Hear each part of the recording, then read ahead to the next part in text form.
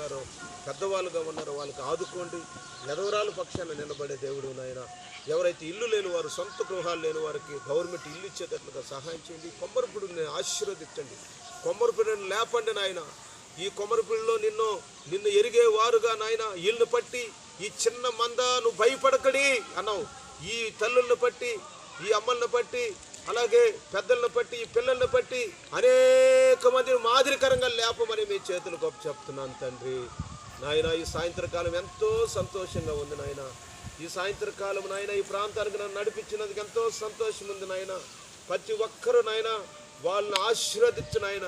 అయ్యా వాళ్ళు కష్టాజితాలను ఆశీర్వదించు నాయన. వాళ్ళు ఎంతో దీనస్థితిలో పిల్లల్ని చదివిస్తున్నారు తండ్రి. వాళ్ళ భవిష్యత్తులో అనేక మందికి మాదిరికరంగా మార్చు తండ్రి.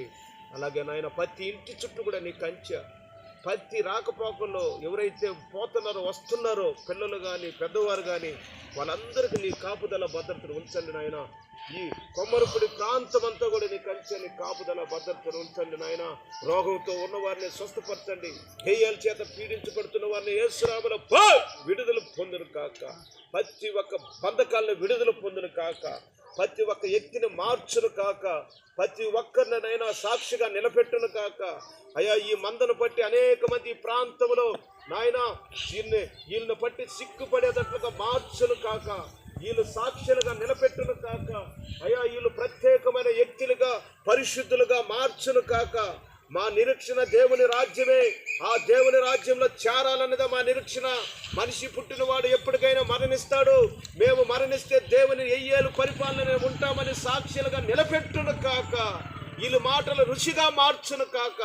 వీళ్ళు తలంపుల ఆలోచనలు మా గొప్పగా ఆలోచించేటట్లుగా మార్చును కాక. మంచి తెలివి జ్ఞానాన్ని ఈను కాక. వీళ్ళు మాటల్లో రుచి కలిగిన మాటలను బట్టి అనేక మంది ఇక్కడ ఉన్నవారు, ప్రాంతంలో ఉన్నవారిని ఎవరికైతే ఉన్నారో లోకం వైపు చూస్తూ అలాగే త్రాగుబోతులుగా, వ్యసన పరులుగా, అలాగే తిరుగుబోతులుగా ఉన్నవారు వీళ్ళని బట్టి మార్చును కాక, మారిపోను కాక. ఈ ప్రాంతం అంతా నీ కంచె, నీ కాపుదల భద్రతను ఉంచమని అయ్యా ఈ చిన్న ప్రార్థన నాయన ఈ సాయంత్రకాలం మేమందరూ కూడా నాయన ఏకమై ఎక్కడైతే ఇద్దరు ముగ్గురు కూడి ఉందరో అక్కడ నేను ఉంటానన్నావు. నువ్వు ఉన్నావు నాయన. అందుకేనా నాయన ఇంత గొప్పగా మేమందరూ కూడా కళ్ళు ముచ్చుకొని మేమందరూ కూడా ఇంత గొంతెత్తి మాట్లాడుతున్నామంటే నీ ఆత్మ మాలో ఉంది నాయన.